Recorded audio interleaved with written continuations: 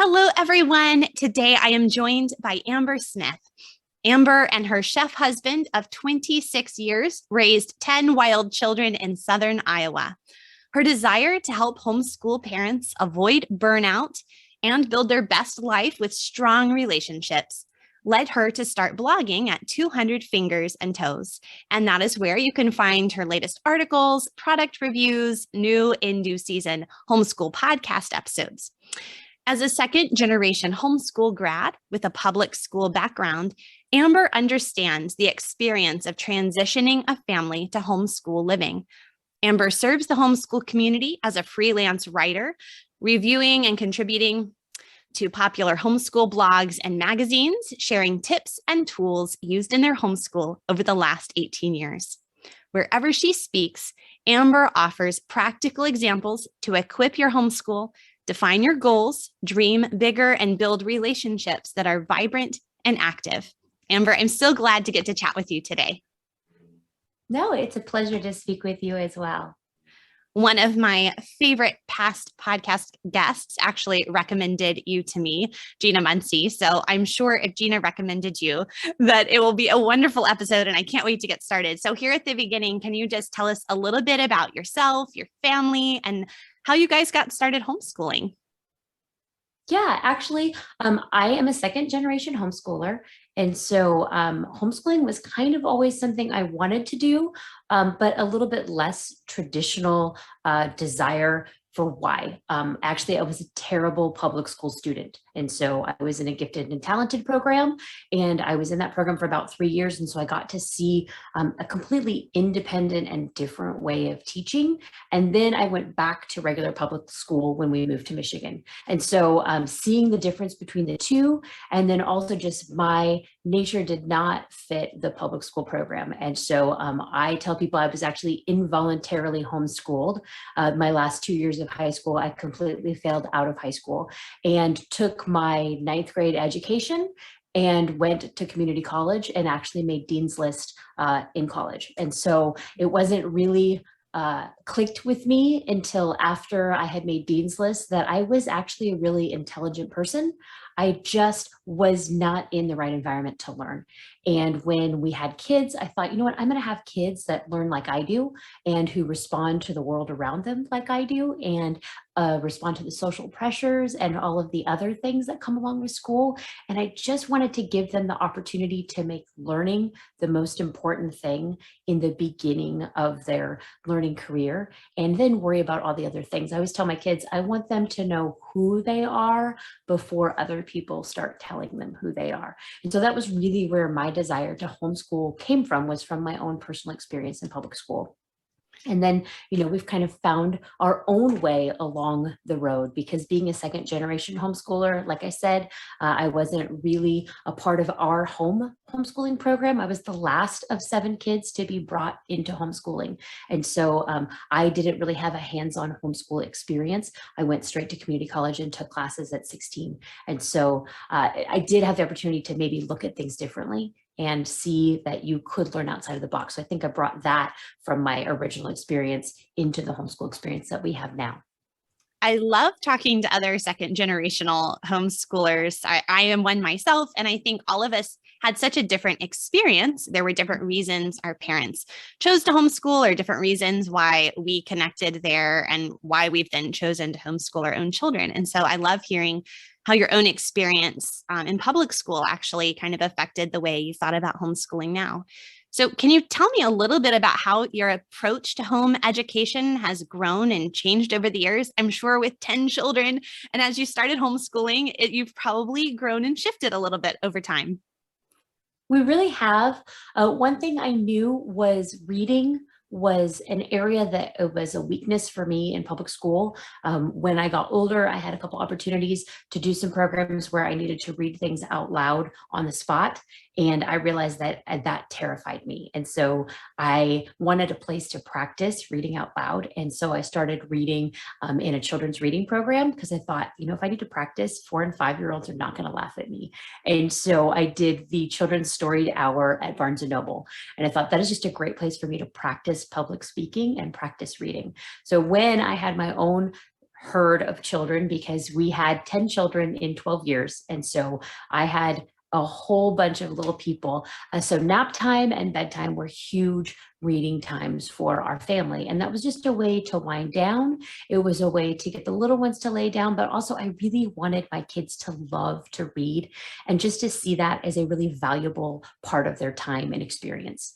But one of the things I did was I knew I would not read if I was bored. And so I did not always read picture books and I did not always read children's books to my children. So we have a family who my 7-year-old's favorite book was 20,000 Leagues Under the Sea. And actually he thought Moby Dick was hilarious. And so we just had a weird eclectic mix because I missed the classics in high school. So I thought, you know what, if I'm going to sit here for 2 hours and read to older kids and then little ones as they fell asleep, I want to read books that I like. And so that kind of started this love for reading. So when we hit the time where we started school, I thought, I want to keep doing exactly what we're doing. I want to read in the morning. I want to read at nap time and I want to read at bedtime. And I want to be able to just call that school. So I really searched for a curriculum that fit the habit we had already developed and the things that we already loved doing. So when I started looking through catalogs and talking to friends, I found a curriculum that was solely literature book based. And the majority of the school was just taught through reading. And I knew that one thing was I could combine multiple ages of children for a long period of time by reading one subject to the group because I had already been doing it for years. And so that really helped me know that, okay, then I wasn't going to have this huge workload, even though I had a bunch of grades between all of my children. I was not going to have to be chased back and forth between a bunch of things. So for myself, finding a curriculum that met the rhythm of our lives and met the habits we had already created was really, really important to me. And so I think that really helped me choose the curriculum that fit us best. And so actually we stayed with the same curriculum through our entire high school program. So I've been homeschooling for 17 years with that specific curriculum. And I love and adore it. But I tell people, you have to find what fits you. And so I'm not a huge person to be like, this is the one thing. And I laugh because the lady who introduced me to the topic or the curriculum that I'm using now, the year I checked back with her, she said, oh, I don't like it anymore. I stopped using it. So I was like, oh, how funny that one thing we can love, somebody else can just not like it all. And so it's a matter of, knowing what kinds of things you're looking for and then finding the right fit. And for myself, I obviously found the right fit because we have stayed with it this whole time. But you did ask like how we've transitioned and changed throughout time. And so actually this last school year, I have 3 high schoolers that are a little bit less enthusiastic about reading than my first 2 groups of children. And so I actually made the transition to a similar curriculum, but one that has a little bit less independent reading books. So I yielded and they are actually in textbooks this year. And that was a huge change for me because I have like textbook anxiety, but I could identify that, hey, you know what, this group of kids needed something different so that they could systematically go through the book and feel like they covered everything in order. And so I have been really good about watching my kids for clues about what's working and what's not working and being willing to make the change when we needed to. So like I said, last year, even though I loved my curriculum, I knew that we needed to make some tweaks to fit them better. And so we did make a change to add more textbooks for them. So yeah, being flexible is good, and keeping an eye on the cues of your kids and getting their input, I think, is really, really valuable. I heard a few things there that I thought were just really encouraging and applicable to really any homeschool family. First, at the very beginning, you sort of started with mom's enthusiasm, right? Like you were sitting, you knew you wanted to read, but you knew you weren't going to be motivated to read books that you weren't interested in. And so you took this desire you had to read the classics you had missed out on, and you shared that love and enthusiasm with your kids. And then that flowed into, you knew who you were and who your family culture was. And so that really gave you some direction as you were picking the curriculum. And then you weren't so bound up with your curriculum that you couldn't make a change later on when it was better for the actual real children sitting at your table. So I love that. Are there any ways that you see your experience? I know that you were in public school and then you had that sort of community college experience and homeschooling there at the end of high school. Do you see that second generation experience playing into the decisions you make, or the things, either the things you do or the things you avoid with your own children? Yeah, no, I think that really helped me be a lot more compassionate about the growth and the changes that happen as children are finding their own independence. I know that was a lot of the areas that I struggled with, was giving myself some room to make choices for myself in my school. And so for my kids, I have been maybe a lot more flexible about allowing them input into what they're doing, and also understanding where they're coming from. And so I think, my experience as failing out of public school helped me maybe have an eye out earlier for the signs that somebody's having a problem, and also be able to make those changes without, like you said, being so hard set that this is the curriculum or this is the way it's going to go this year, but being able to see where somebody's struggling and just make some changes and maybe put things aside. And it's also helped me be a little bit more flexible to see what kinds of things the kids are interested in and add those to our school to, again, empower them with some enthusiasm towards their school day. I know for myself, that was a big failure in high school because I had nothing I felt like to look forward to in my school day. And so I have tried really hard to always have something attached to our school or our school time that the kids can be enthusiastic about and look forward to as part of their school day. Oh, that's a great tip. Well, I feel like you've already mentioned some things that you've loved about homeschooling. Is there anything that's a particular favorite part of homeschooling for you, though? You know what? I think I've just really enjoyed being with my kids. I think that has been the biggest blessing. I always say the number one value of homeschooling is the relationships that you build with your family. And if you're missing that, you're missing the main point. And so we can have lots of academic goals, and we can have lots of academic road markers that we want to hit. But if we are missing relationships, then you're missing the best part of homeschooling. And I see that now. I have adult kids, and they will not leave. They just keep showing up, like every weekend. Here they are, and they keep coming back. And it's just a sign that, what, we've built a culture here, and we've built relationships that are long lasting.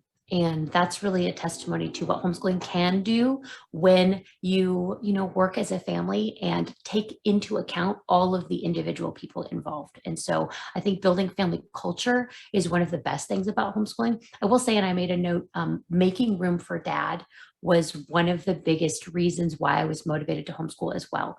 We are entrepreneurs. We've been restaurant owners for almost 30 years. And so restaurant owners have a huge divorce rate. And owning a business like that is all consuming it's just hard on a family. And so the beauty of homeschooling was we did not have to get kids up at 6 and put them on the bus at 6:30 or 7 in the morning, because we're rural. And so they would have been on first thing in the morning and back at 4. Sometimes dad didn't get home until 11 o'clock at night. And we had the opportunity to stay up and hang out with dad. And that was just one of the things. Sometimes I would pack all the kids up at 9 o'clock at night and drive over to the restaurant and have, snacks and dinner and color in our workbooks and just hang out for an hour while he closed down the restaurant. And those are some of the times that I had to be really intentional about creating. And sometimes they weren't always my favorite thing to do, but being intentional about including dad and making time for him to be a part of the kids growing up has been a huge, huge benefit. And here we are, 26 years married. And I think that was one of the things, is that homeschooling gave us the opportunity to be way more flexible in our whole life and just incorporate home, family, homeschool, and work all together a lot better. That is such a beautiful story and encouragement, I think, because it is the beauty of homeschooling that it's not these separate compartments where we have our school and our work and our family and our church and our life, as if those are all separate little things, but it can really all flow organically together. And in fact, it's most healthy and beneficial when we can find ways for it to organically all flow together and be flexible. So well, how about some of the challenges of homeschooling? I'm sure there have been some challenges over the years. What have those been, and how have you sought to overcome them? For sure. Well, I think one of the biggest things is that being restaurant owners, we always have demands on our day. And so for myself, that means I'm getting a phone call in the middle of school and says, hey, like, can you run upstairs and find this receipt and go take care of this item? And so two of my biggest challenges, one has been setting the standard of what is my school time and being very, very clear to everybody about what that is. And having really good boundaries about our homeschool, because I think people can take for granted because you're home, you're available. And just because you're home does not mean you're available. You need to set really strong boundaries around your time and let everybody you know what those hours are. I now work independently outside home and I have a job. And so I'm very clear about my office hours for that job. I work Tuesdays and Thursdays and I'm available from 4 until 6. And so I have a very window when people meet with me, I'm available these 2 windows and that's all I have. And so with my homeschool, my kids know 10 to 2 is our school hours, 10 to 2. There's no excuses. There's no other thing happening. There are no phone calls. There are no games. 10 to 2. If you work for me from 10 to 2, you're free and you can do whatever you want.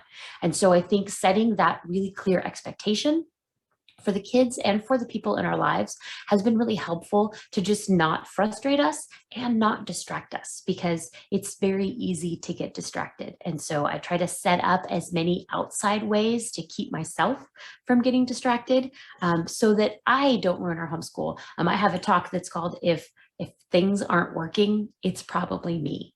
And so I have learned over the years that usually if my homeschool is not going well and if things are falling apart, it's almost always me first. And so I have just learned to be really intentional about having a plan for our day and being concrete about our time. So that is my one thing. And then my second thing is just setting up an expectation for everyone. So everybody knows what's expected, especially when I went and started working part-time 2 years ago. I thought everything was going to go great because we had been homeschooling for like 16 years. And so the kids were just going to stay in this routine that we had built and we'd established. And so I imagined in my mind that if I was gone 1 day a week and part-time another day, they would just follow the routine. And it was like a hot disaster for like 4 months. It was a mess. And so, but I realized, hey, you know what? I did not do a really good job of creating really clear expectations for everyone. And so we just stepped back and we created like a checkout list of what was expected every day from every student to be done. And we literally like wrote it out like a checklist. So like, here's every item you need to do. And then we created a very clear exit goal. So like on Friday, all of these things need to be done. We down to like, this is where it's turned in at, because oftentimes they'd be like, I gave it to you. Well, when I'm busy, you cannot, like my kids know, do not hand me anything. I am a black hole for items. Like, do not tell me to keep this safe because I will put it down somewhere in the house because I'm very distracted. And so, so we just created like a turn-in box. So if it was in the right place and everything is done on Friday, you can go do what you want to do. And so having those really clear expectations helped my kids be successful without me hounding them and without me being frustrated. So that really helped us get ourselves on track as well. So yeah, those are the two things that really helped us have a successful homeschool environment recently. Yeah, being just purposeful, defining like what does done look like? Because I know I can tell a child like, well, have you finished your work for the day? And they'll be like, oh yeah, mom, I did. I finished. Oh yeah. But and then I'll be like, well, did you do that? I don't remember seeing you do that. And I didn't hear you practice your piano. It's like, oh, well, I didn't do those things. It's like, okay, let's go back and review. What does finished actually mean, right? Yes. I think that is really, really important because I think kids, they're on to the next thing so easily. And we excuse ourselves when we're distracted, but when our kids are distracted, we get frustrated. And so one of the things that I have really tried to do is give myself grace, but also give my kids the same grace that I expect for me. And so I think that is one of the things that really has helped our family culture is that if I have a bad day, and I feel like the family needs to excuse me because I've had a bad day, then I try to do the same thing for my kids. And so when they're having a hard time, maybe we'll give some grace and we'll make some changes in the day. But then also just being really clear about what to expect makes it really easy to follow through. And so I try to make things as easy as possible to do the thing that I really want them to do, because I want to be happy at the end of the day, and so do they. And so we make that our goal. Yeah. Well, if we were talking to a new homeschool mom who's just getting started homeschooling, what would be some strategies or tips you would give her to kind of get her homeschool set up well for success here at the beginning of the school year, especially if she's just starting out for the first time? Yeah, I think anybody who's just starting homeschooling, start with just your required core subjects. I think that is where we began. I did not start, and I did not start formal schooling with any of my children until 7, and so I just felt like if we read and spent time together, if we talked about life, and if we just walked through the day, communicating and connected, we were covering everything that they would have covered in an artificial school program. And so honestly, I kind of tested it with all my kids, and I've gone through 10 kids, and no child was showing up at age 7 with a lack of knowledge or understanding because we didn't do a workbook. And so I do feel like if we just walk through life with our kids and speak and talk and connect one-on-one, you are going to cover all of the topics that somebody had to create in an artificial book to go through because a child is stuck in a classroom. And so be confident that your conversations and your interactions actually count as education. And I think that's important to validate, because sometimes we're like, oh, I didn't do school today. But we walked to the park and we looked at the clouds and we talked about the water cycle, and I explained the whole thing as we were going through the park. And actually we had, and this is a true story, we had the best science conversation we had all year walking through the park. You can leave that park and be like, oh my gosh, we didn't do science. Or you can leave that park and say like, wow, my kids have a great scope and understanding of this subject in reality as it works in the world. And so I think a lot of times we invalidate the things we do as homeschool parents because it doesn't look like school. And I think we need to give ourselves permission to say teaching should have and was at one time two people talking and interacting about the knowledge they have and translating that from one person to another. So every time you're transferring what you know to your child, you're teaching, and that counts. So I want to give yourself credit however you have to do it, to say like, yes, if I'm transferring knowledge from myself to my child, then that counts as school. And I think that's really, really important to establish and always to just remind yourself of, and don't discount those times, because I think those are the most valuable teaching times that you can have. But I think also then don't overwhelm yourself that first year. Like just get down to the core things that you need to cover that's required by your state law. And then you can add in other things as you grow in your schedule. So I think just give yourself time to kind of grow confident in covering the schoolwork that you have. And then you can grow out into like electives or foreign language or whatever you want to add at that point. But just get a real good foundation, and keep that relationship central to building on that as well within that first year. Yeah, I think as a new homeschool mom, people can go on the internet and they can see all these different lists of all these things that all these people are telling them they need to do, right? And so then you collate them all and you create this massive assignment for yourself. Like, this is what school has to look like. And you have all these worries and anxieties of not having done it before. And I love what you were saying, just to reframe and really have eyes to see the actual education that's going on every day, and to not try to go out the gate and sprint and do all the amazing things. It's better to start simple and build that successful habit, prioritize the relationships, and there's time to add other things on later on, but you don't have to do all of it right at the beginning. Yeah, no, I think that's very, very true.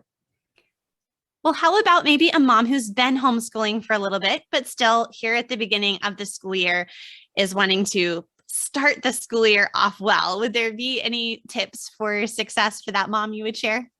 Yeah, actually, one of the things that helps me the most in my homeschool, and I keep going back to it, is I have what I call my mom. It's just like a homeschool binder that keeps all of my information in one place.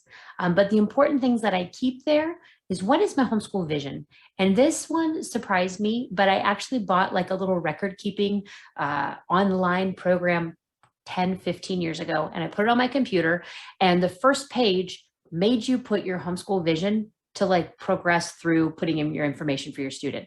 And so I really didn't intend on having a vision for my homeschool, and it wasn't something that I really even thought about. But because I was required to put it in, I gave it some thought, and I wrote up this vision about what I wanted to see established in my kids as we homeschool.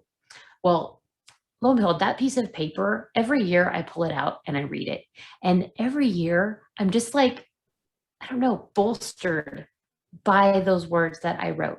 And I feel like if everybody could write down their intention and their goal of what they really want to see happen in their children's lives when they homeschool, and get that in a place where you look at it on a regular basis. So get it in that binder and have it in front of you, because there are days when you are just not going to feel it.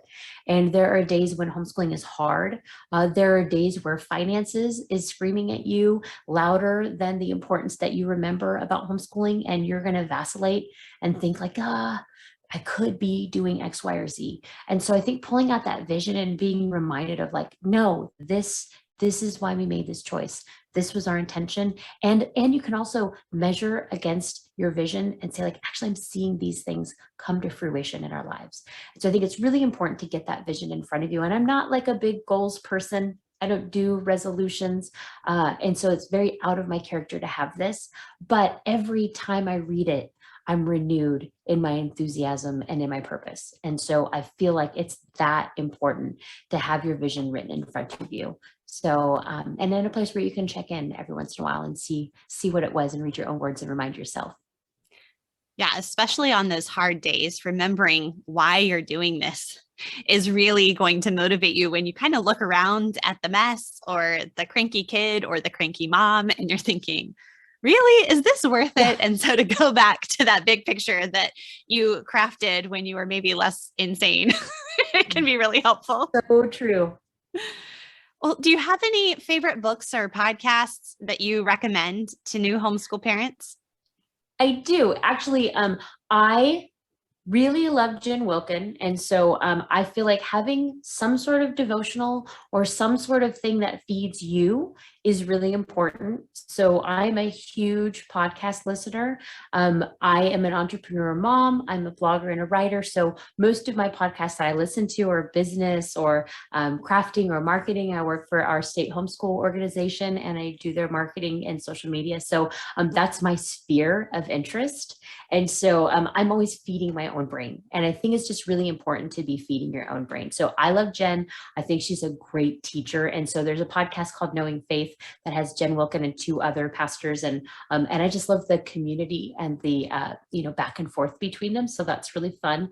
And then I have other ones that I just enjoy for myself. I use Summit Curriculum. And so they have a podcast that I feel like if you can follow maybe the curriculum that you're using, if they have another way to support you in using that curriculum, and hearing from moms that are in the same stage that you are is really important. And so I have kind of grown through different stages and followed different bloggers and writers throughout my whole career homeschooling. And so I think to find somebody who's where you're at right now is really important. I think we have to do intentional things to help ourselves feel heard and to feel connected and just know like, yeah, you know what, there's other people who are going through the same experience. And then also connecting with some podcasts that have some people with their success stories.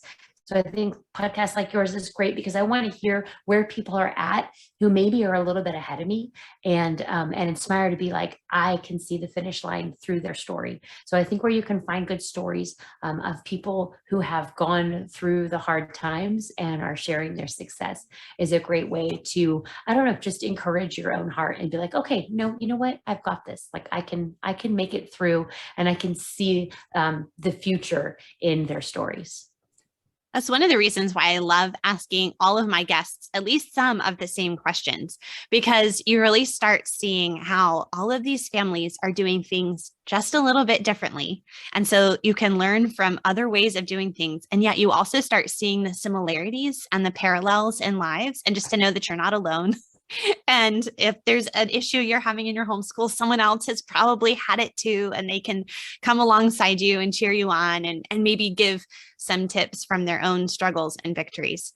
But I love how you gave the idea and the suggestion of starting with studying God's word, because I think so often what we need is not necessarily this book that's going to fix all our homeschool problems, right? Like if we just found the perfect homeschool book that gave us the 10 steps to success, right?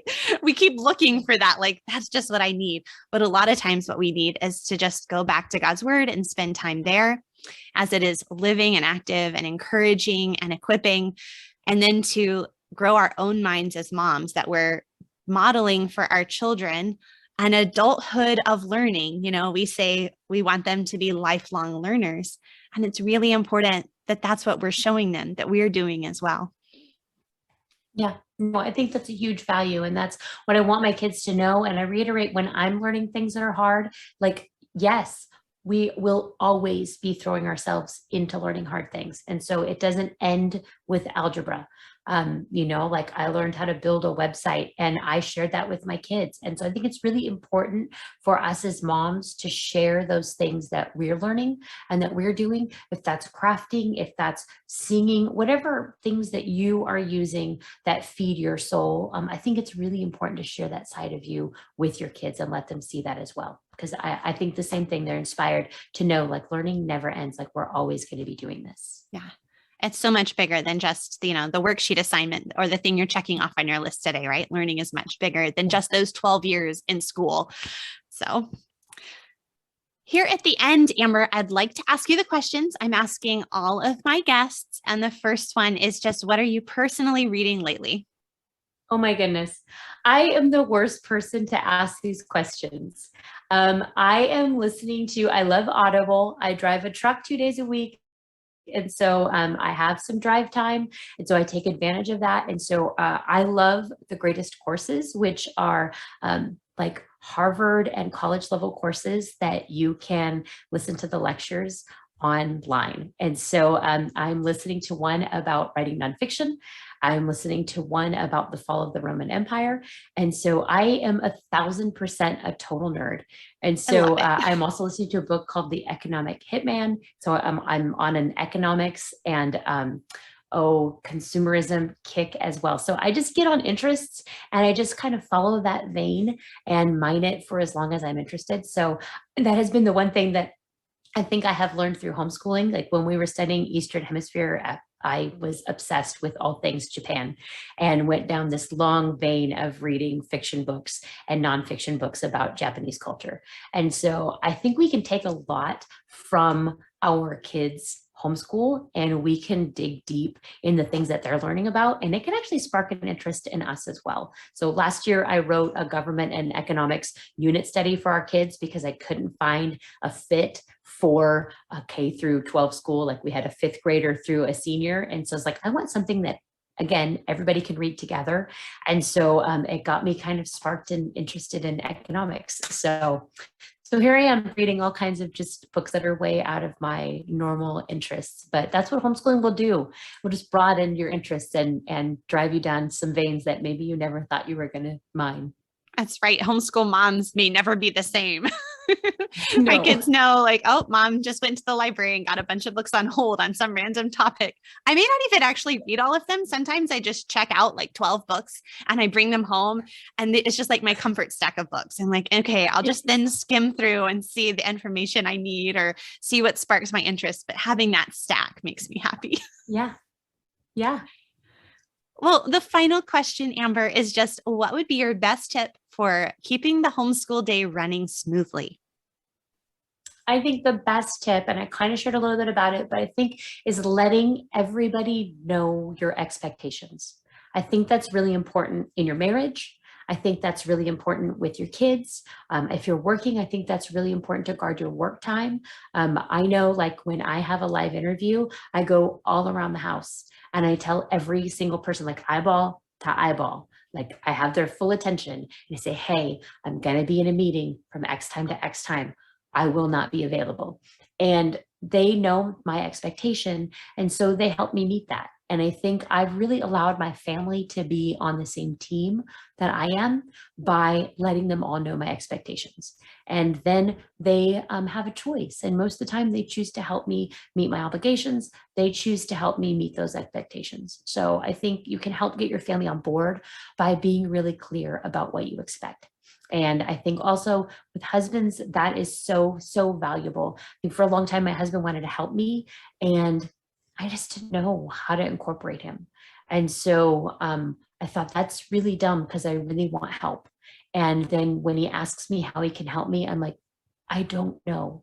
And so I started looking at our curriculum and finding places where he could take over this subject, or he could jump in and read this topic.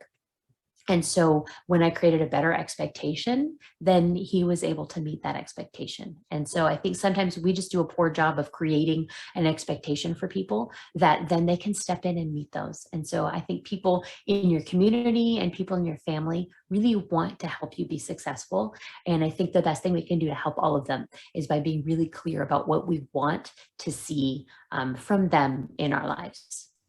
Yeah, our children and our spouses, they can't read our minds, right? So if we have these expectations and then they don't do what we think they ought to do and we're all miffed about it, well, if we didn't tell them, they had no way of knowing what would be helpful or what we were, expecting of them. So yeah, got to use your words, just like we tell our small children. Exactly. Right? Oh my gosh. And it's hard. It's hard when you, as a homeschool mom, I think we feel like we should do all the things. And so I think I think it's a nature of being a mother. It's a nature of being female. It's a nature of being a stay-at-home mom, that I think we just take on the responsibility for everything. And it's been a really lifelong process for me to learn to ask for help. I think some people's natures are different. I will walk through a grocery store and I would rather die than ask for help to find an item or to return something. I just don't. And so, man, this homeschooling life has been a death to myself in learning how to receive and ask for help in healthy ways. And I think the faster you can learn that, the faster you can come together and work really, really well as a family unit. That is a great encouragement. Thank you, Amber. I'm so glad that we've been able to chat today. Could you tell everyone where they can find you all around the internet? Yes. Well, I blog at 200fingersandtoes.com. 200 fingers and toes because I have 10 kids. And so I've got 200 fingers and toes that I am cleaning up after and helping make a difference in the world with. And so you can find me there and pretty much on all social. That's 200 fingers and toes is my Instagram and Facebook as well. And the blog is a great place to find anywhere that I am speaking. I've been speaking at a lot of online homeschooling conferences because people are new to homeschooling and they want to know more about how to get started. And so we have just been really intentional about trying to get help and information and encouragement in front of parents. And so that is just like my heart's desire, is that no person ever stops homeschooling because they didn't get the help they needed. That is the worst reason to stop homeschooling. If you've met your goals, if your child wants to go back to school, those things are acceptable. But if you stop because you just didn't get the help you need, then we as a community have completely failed you. And so it is my heart's desire to have the people need to find the tools and the help and the resources to have a successful year there. I love that. And I will have links to those things in the show notes for this episode over at humilityanddoxology.com. Thanks so much, Amber. Yeah, it's a pleasure. It's nice to talk with you.